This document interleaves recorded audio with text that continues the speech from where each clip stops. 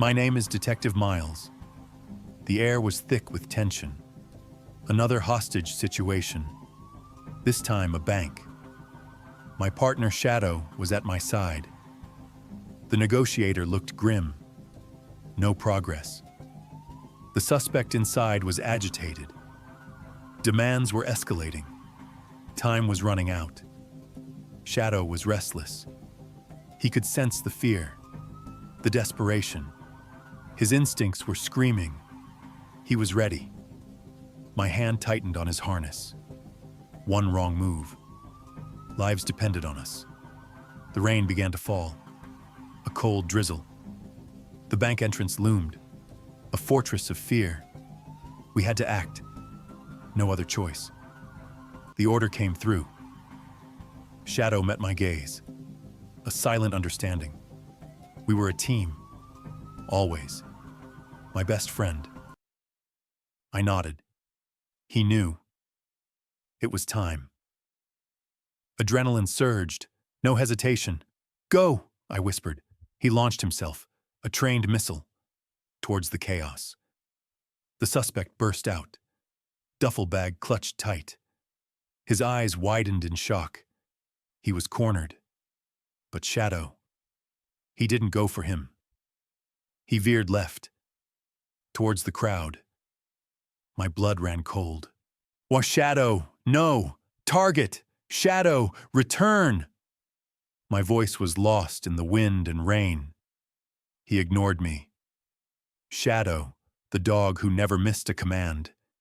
He was running full speed toward an onlooker, a man who wasn't even moving, a man just watching the chaos with cold, steady eyes. My heart hammered against my ribs like a trapped bird. This was a career-ending mistake, or something much worse. I sprinted after him, my boots splashing in the puddles. The man in the coat didn't flinch. Most people would run or scream.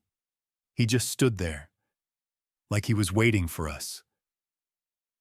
There was something off about his posture. Too rigid. Too controlled for a civilian. Shadow wasn't barking. He was growling. A low, vibration-heavy sound that meant he found something dangerous. Shadow stopped dead at the man's feet. He sat. The alert signal. But he wasn't alerting to drugs or explosives. It was the hostile alert. My hand went to my holster. "Don't move! Hands where I can see them!" I shouted. The crowd began to scatter in panic. The robber with the bag was being tackled by other officers behind me. But Shadow didn't care about him. I watched Shadow's eyes. They weren't on the man's face. They were locked on the left pocket of that gray coat. My training kicked in. Analysis. Observation. The man's right hand was slightly twitching. He wasn't afraid of the dog. He was annoyed.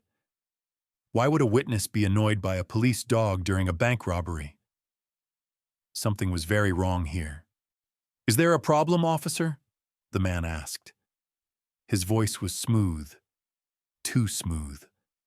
Like silk over gravel. I kept my weapon leveled. Shadow's growl deepened. It was a sound he only made for people he'd tracked for miles. But we had never seen this man before. Or had we? I looked at his boots. Expensive. Muddy. But with a specific red clay mud. Red clay. There's only one place in this district with that soil. The construction site near the old harbor, where we found the empty vault 2 weeks ago. The robbery happening behind me suddenly felt like a distraction. A loud, messy show to cover a silent exit. Shadow hadn't failed. He had found the architect. The man who wasn't running. I saw his fingers move. A flick. A signal. I scanned the crowd. Were there others? My heart rate spiked. We were in the middle of a crowded street. Crossfire would be a disaster. Shadow stayed planted. a rock in the storm. He was waiting for my next command, but I had to be careful. One word could start a bloodbath. Then I saw it. A glint of blue. In his ear. An earpiece. He wasn't a spectator. He was the conductor. He was talking to the man with the bag, or someone else still inside. I realized then that the man with the bag was just bait. Shadow knew it before I did. The real threat was standing right in front of me, smiling. The man in the coat didn't look like a thief. He looked like a CEO, or a ghost. I realized the guy with the bag was making too much noise on purpose. A classic distraction to let the real player walk away with the crowd. But Shadow's nose doesn't care about costumes. He smelled the same chemical used to crack the vault. It was faint. But to a K9, it was like a neon sign. I noticed his watch, a vintage Patek. There are only 3 in the city. One was reported missing from a private collection last winter. The pieces were fitting together. This wasn't just a bank robbery. This was a specialist at work. Shadow's growl shifted. A sharp, short bark. He wasn't just alerting anymore. He was identifying. This man was the ghost we'd been hunting for 2 years. "Keep your hands where I can see them," I repeated.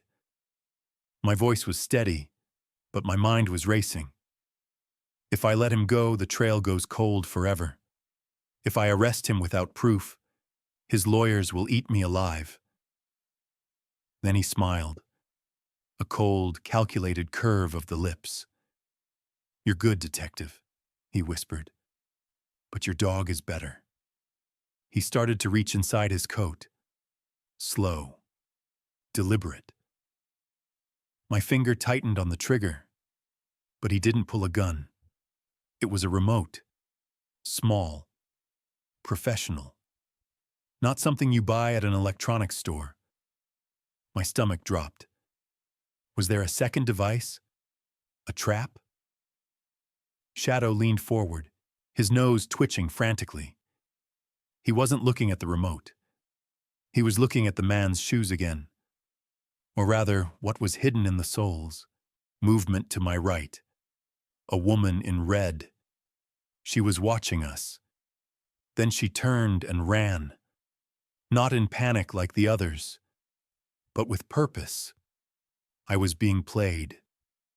The man in front of me was the anchor, keeping me occupied while the rest of the team vanished into the city.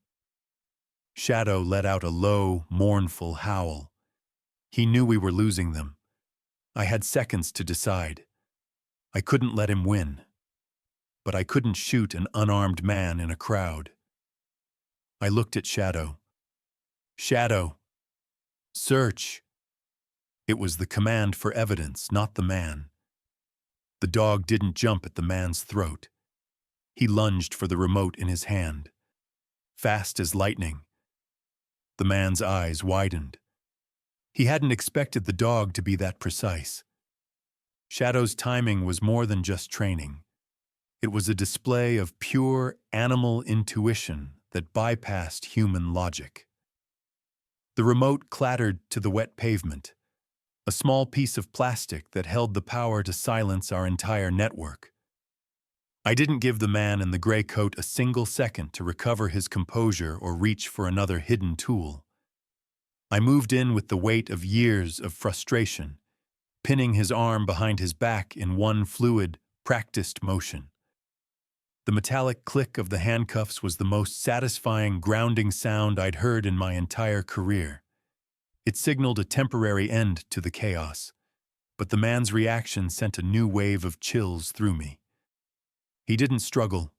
He just laughed, a dry, raspy sound that was barely audible over the drumming rain. "You think this little piece of plastic is the prize, detective?" he whispered, his eyes locking onto mine with terrifying calm. I looked down at the device Shadow had intercepted.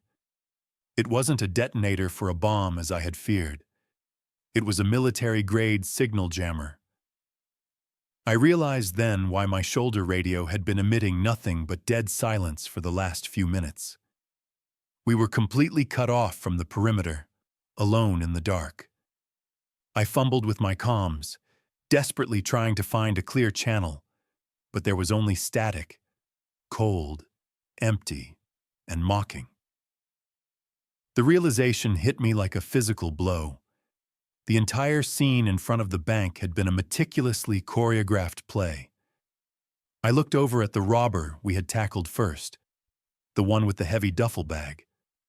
He wasn't acting like a man facing 20 years in prison. He was looking back at my prisoner in the gray coat and smirking. They were communicating in a silent language of glances that I was only just beginning to decode. The bag, I realized, was likely filled with nothing but waste paper, a loud and messy distraction designed to draw every officer to the front door. Meanwhile, the real haul was already moving, and it wasn't through the streets. Shadow started circling the man in the coat again, but his focus had shifted from the pockets to the ground. He was sniffing the air with an intensity that told me a new scent had emerged from the damp environment. It wasn't the chemical smell of a vault crack this time.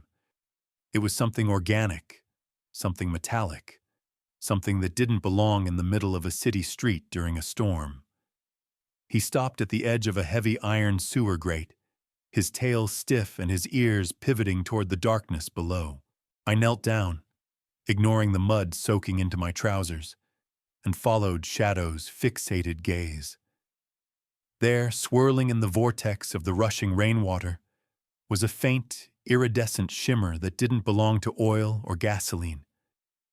It was a security dye, a neon blue marker used in high-end bank vaults to permanently stain currency and perpetrators in the event of a breach. But this dye wasn't on the hands of the man we'd arrested, nor was it leaking from the duffel bag. It was flowing out from the drainage system, meaning the vault had been breached from below. The heist wasn't happening in the lobby where we had focused all our tactical strength. It was happening directly beneath our feet. The man in the gray coat wasn't just a conductor for the distractions. He was the lookout and the signal man for a tunnel team. My logical mind finally caught up to the raw instincts that Shadow had displayed minutes ago. The bank building was a shell, a decoy to keep the police occupied while the real operation took place in the forgotten arteries of the city. The red clay on the man's boots wasn't from a construction site. It was from the specific geological layer found only 10 meters underground in this district. I looked at the dark, rushing water and felt a surge of adrenaline that cleared the fog of confusion. I directed the beam of my tactical light into the throat of the city, watching the white light dance off the wet, jagged masonry below. The water was a rushing torrent, but my light caught something that didn't belong to the natural debris of a storm. A discarded oxygen tank, painted in matte black to avoid reflection, wedged against a rusted ladder rung. Beside it, a pair of professional-grade diving fins. It was clear now. They weren't just using the tunnels. They had turned the city's flooded veins into a high-speed transit system for their haul. The rain, which I had cursed all evening, was actually their greatest ally, providing the volume of water needed to float heavy waterproof containers. I looked back at the man in the gray coat, who was being held by a junior officer in the distance. "Where does this lead?" I yelled over the roar of the wind, my voice cracking with a mix of fury and realization. He didn't flinch. He just gave a slow, mocking wink that told me he knew the clock was on his side. "To a place where your badge and your leash don't reach, detective," he replied, his voice calm and cold. He clearly underestimated the bond between a man and his dog. I reached down and unclipped Shadow's lead for the second time that night. "Shadow. Trace." Shadow didn't wait for a second command. The moment the metal clip snapped open, he was a living projectile, driven by a purpose I could barely comprehend. He knew the mission had evolved from a simple arrest to a high-stakes hunt through the dark heart of the underworld. He ignored the prisoner, ignored the flashing sirens, and ignored the shouts of the other officers who were still trying to process the chaos at the bank entrance. He was a heat-seeking missile tuned to the frequency of that blue dye and the scent of the men who had handled it. I scrambled after him, my boots slipping on the slick pavement as I radioed for backup on an emergency frequency that I hoped was outside the jammer's range. Finally, a burst of static-filled audio came through my earpiece. The Harbor Patrol. I gave them the coordinates for the main storm drain outlet near the old docks, praying my intuition about the tunnel layout was correct. If I was right, that's where the tunnels dumped into the sea, and that's where their extraction boat would be waiting. For the first time since this nightmare began, the man in the gray coat stopped smiling. I saw a flicker of genuine doubt cross his features as he watched Shadow vanish into the shadows of the alley. The air inside the tunnel system was a thick, foul soup of decaying organic matter, wet stone, and the sharp tang of old metal. It was an oppressive environment that would have suffocated a man's senses, but for Shadow, it was a map written in scents and vibrations. His paws splashed rhythmically through the shallow water, creating echoes that bounced off the curved concrete walls and made it sound like a dozen dogs were running with us. I had to place my absolute trust in his nose, because in this subterranean labyrinth, my vision was limited to the narrow circle of my flashlight's beam. Every junction looked identical. Every turn felt like a trap. But Shadow never paused to second-guess himself. He was locked onto a trail that was invisible to me, his body low and focused, a predator in his element. I realized in those moments how much I truly relied on him, not as a piece of police equipment, but as a partner who perceived reality in dimensions I could never reach. We were deep under the city's foundations now, the muffled roar of the storm and the sirens above fading into a heavy, rhythmic thrumming of flowing water. Shadow began to slow his pace. His movement became fluid, silent, almost ghost-like. His ears went flat against his skull, a clear, tactical warning that we were no longer alone in this damp abyss. We reached a massive iron door that looked like a relic from a forgotten era of the city's infrastructure. It wasn't supposed to be functional, yet the hinges were freshly oiled, and a high-tech electronic keypad glowed with a predatory red light. The trail of blue security dye ended right at the threshold, shimmering like a neon invitation to a trap. I could feel the vibrations of heavy machinery behind the metal, the sound of the city's heart being cut open. They were inside, thinking the labyrinth of sewers was their ultimate shield. My adrenaline reached a boiling point, sharpening my senses until I could hear the individual droplets of water hitting the floor. This was the central hub of an operation that spanned years, and we were standing at the very gates of their secret kingdom. Shadow looked up at me, his eyes reflecting the red glow, waiting for the one word that would break the silence. I cautiously peered through the narrow gap in the door, and what I saw defied every expectation of a standard bank heist. Two men, moving with the cold, calculated precision of specialists, were loading heavy, waterproof containers into a sleek, industrial-grade submersible. This wasn't a desperate grab for cash. It was a professional extraction of high-value assets. The room was filled with banks of monitors displaying real-time feeds from the police perimeter above. They were watching my colleagues, laughing at the confusion we had left behind at the bank's front doors. They believed they were invisible, protected by layers of concrete and the chaos of the storm.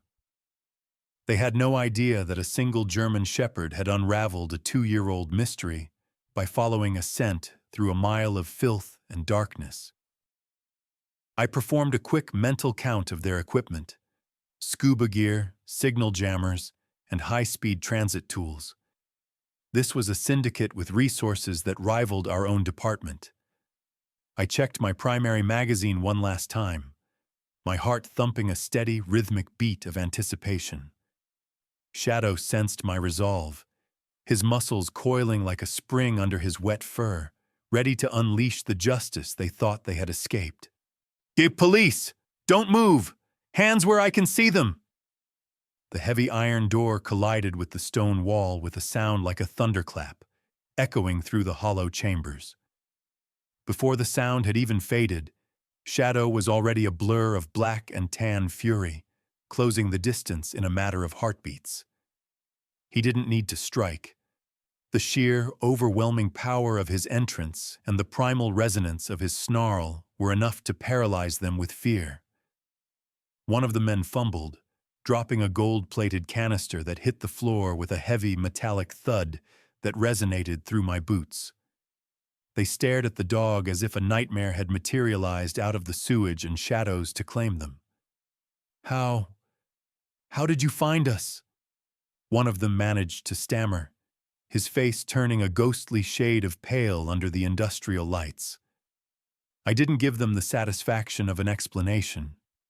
My focus remained locked on their movements, my weapon steady and my hand firm on Shadow's collar. The silence that followed was heavy with the realization that their perfect plan had been shattered by the one variable they couldn't control: a dog's loyalty. While I kept the suspects secured, my eyes drifted to a weathered, hand-written ledger resting on a nearby metal workstation. It wasn't just a record of today's heist. It was a comprehensive history of a syndicate that had been bleeding the city dry for over a decade. Coded names, precise dates, and bank symbols that linked dozens of unsolvable cold cases into one grand, terrifying narrative. These weren't just thieves.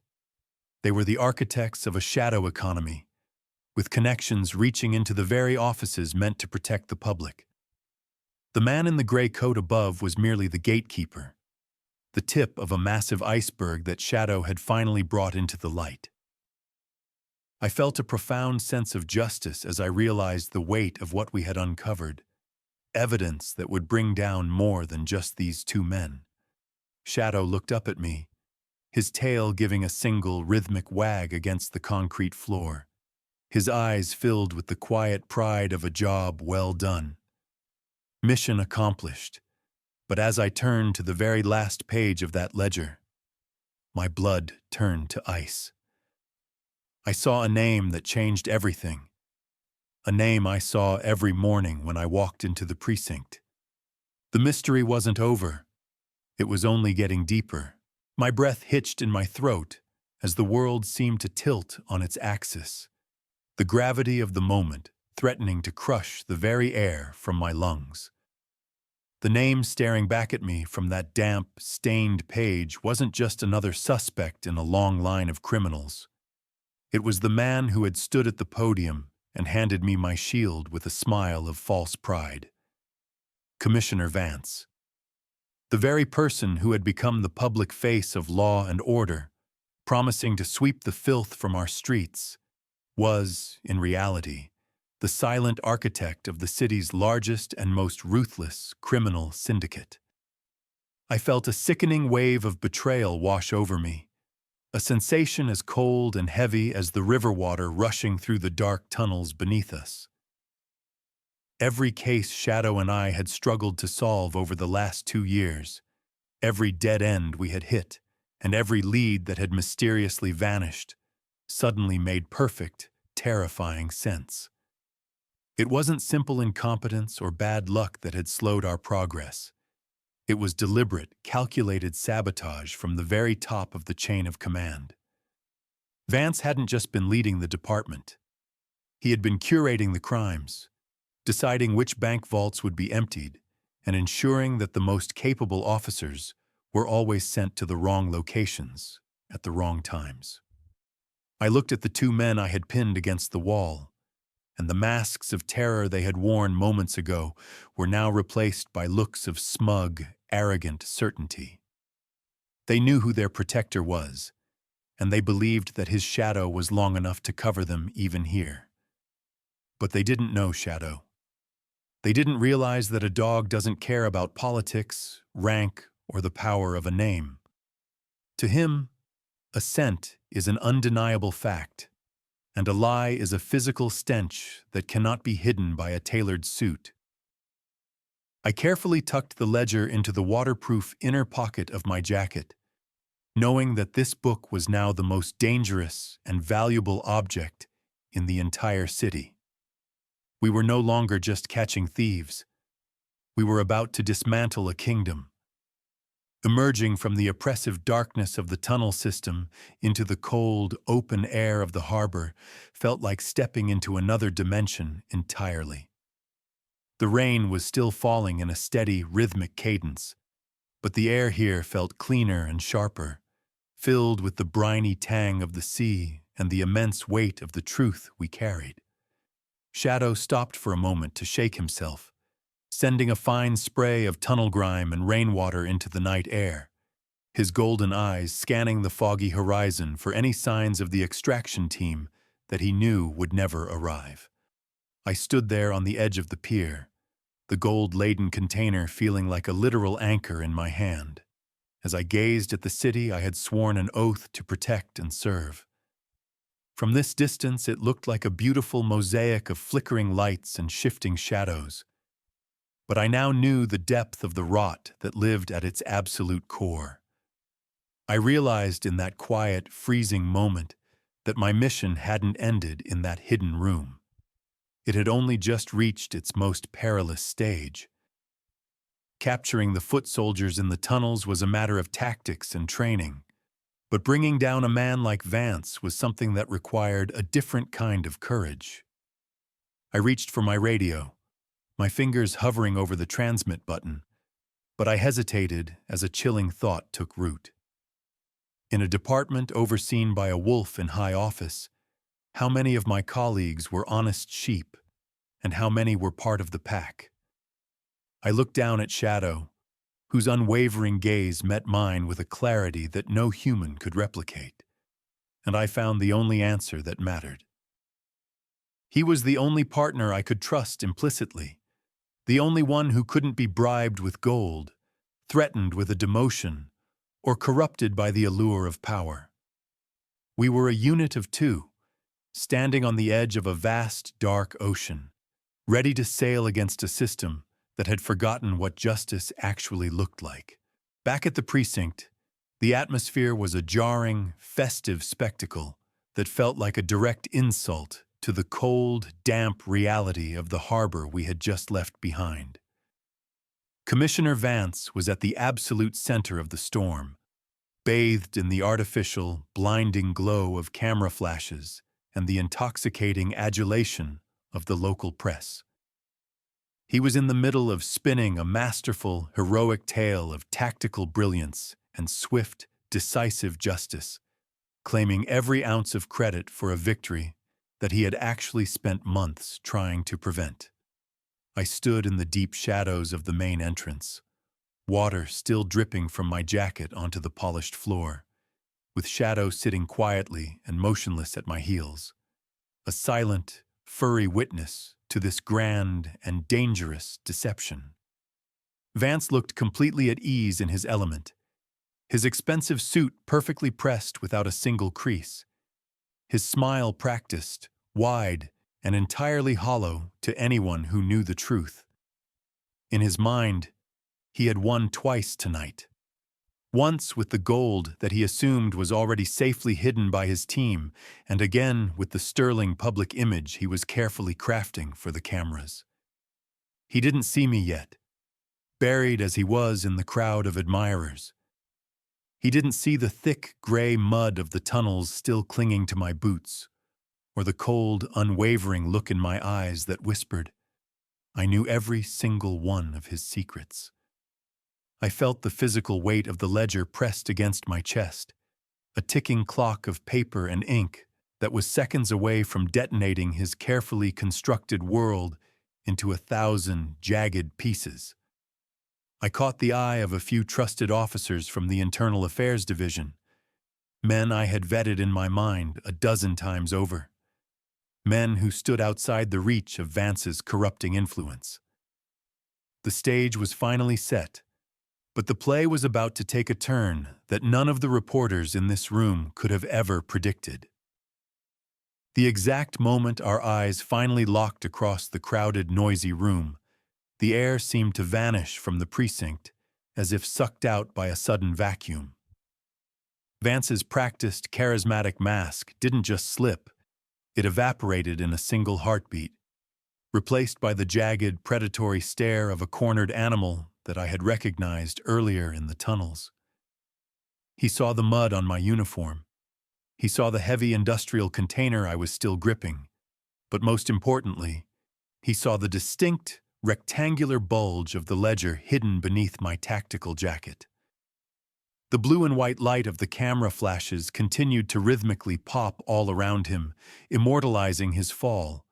But for the two of us, the entire world had fallen into a deafening, absolute silence.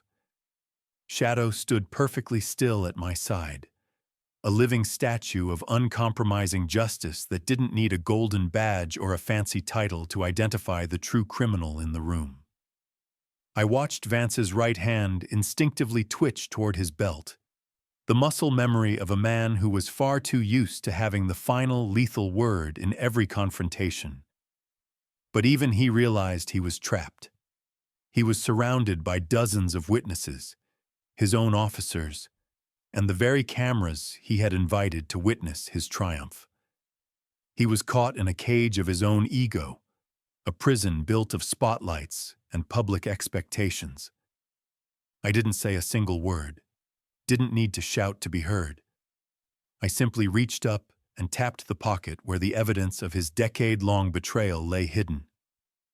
It was the subtle sound of a trap finally snapping shut, a silent and irreversible declaration that his long reign of shadows and secrets was officially over. He looked at me with a hatred that could have burned through steel, but I only felt a profound sense of relief that the hunt was finally coming to its rightful conclusion. The transition from silence to absolute chaos happened in the blink of an eye, a tidal wave of reality crashing through the double doors of the precinct. I stepped forward, the floorboards creaking under my muddy boots, and handed the ledger to Captain Miller, a man whose reputation for ironclad integrity was the only thing I could trust in this building. I watched his face as he opened the book, his eyes scanning the final page where Vance's name was written in that elegant, damning script. I saw the moment the weight of the discovery hit him, turning his expression into a mask of grim, professional fury. Behind him, the room erupted into a frenzy of motion as the heroic press conference was officially declared a crime scene by the very men Vance thought he controlled. Officers I had known for my entire career stood frozen in place, their mouths agape as they watched the silver handcuffs, the same tools of justice Vance had used to climb the political ladder, being locked firmly around his own wrists.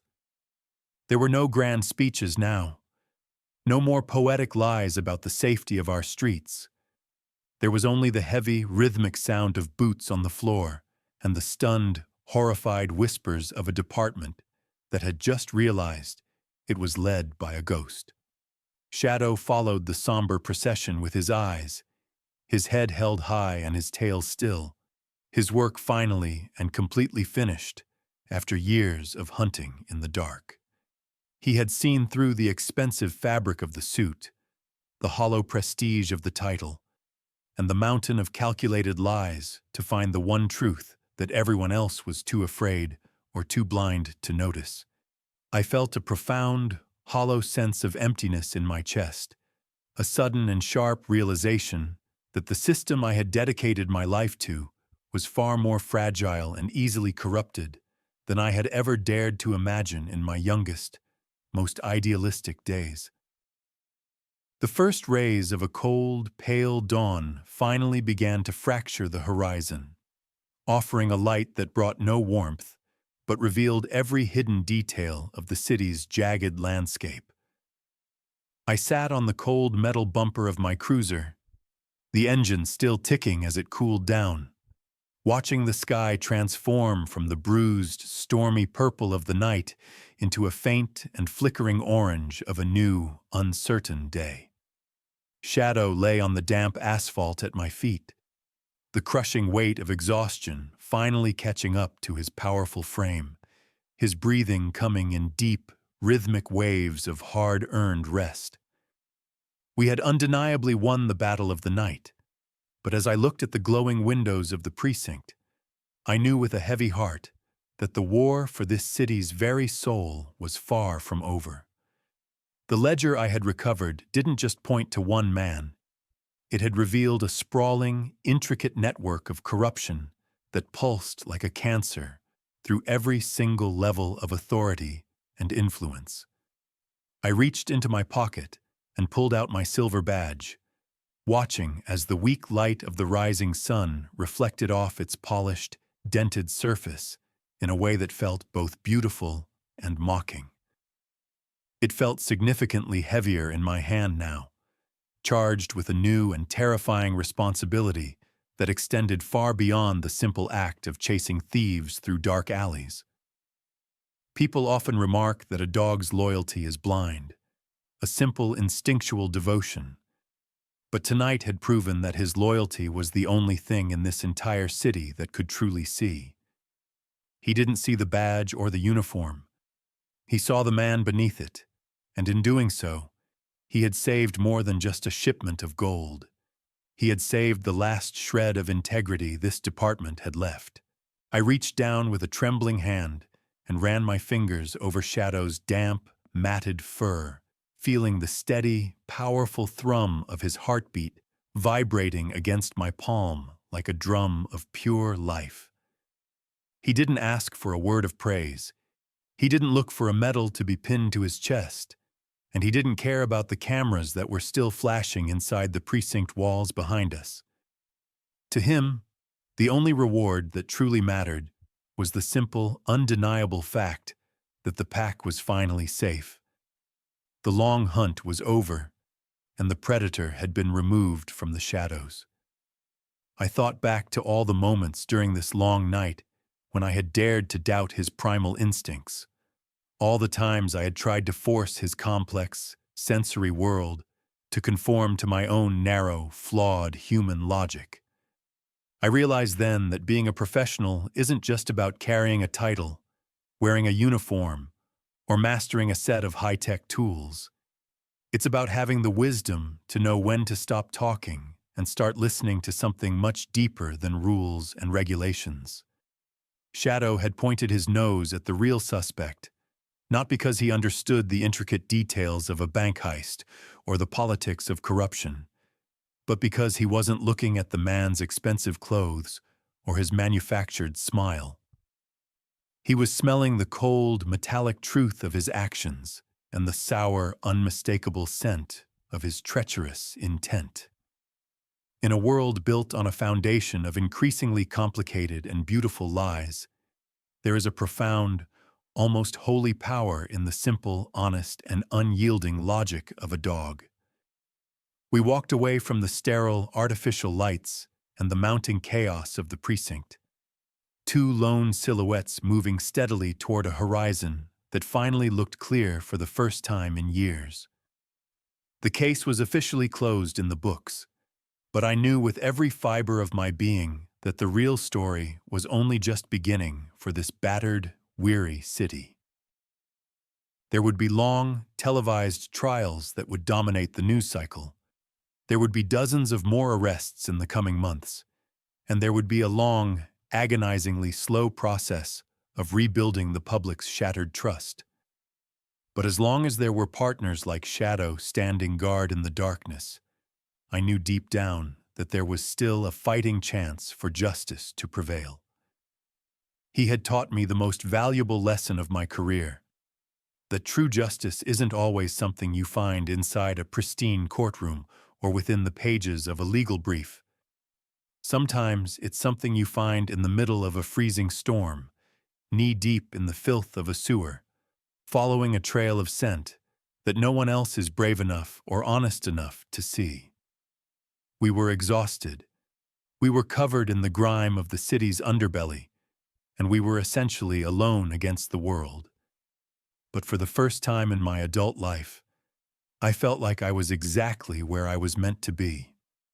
A man, his dog, and the absolute, unshakable truth that lived between them in the silence of the morning. Sometimes, the world tries to tell you who to arrest, who to fear, and who to trust based on nothing more than superficial labels, expensive suits, and political appearances. But the truth, the real, raw truth, doesn't wear a polished uniform, and it doesn't always hide in the predictable places where we are taught to look. It takes a very special, very rare kind of vision to see past the overwhelming noise and the blinding lights of the crowd. Or maybe, just maybe, it doesn't take vision at all. Maybe it just takes a nose that instinctively knows the difference between a man of honor and a monster in disguise. Shadow proved to me today that he's not just a highly trained K-9 or a useful tool of the law. He is the quiet, beating conscience of this entire city. And as long as he is walking by my side through the rain and the shadows, I will never, ever stop searching for the light in the deepest darkness. Sleep well now, partner. You've earned your rest in the sun. We've got a lot more work to do when the sun goes down tomorrow.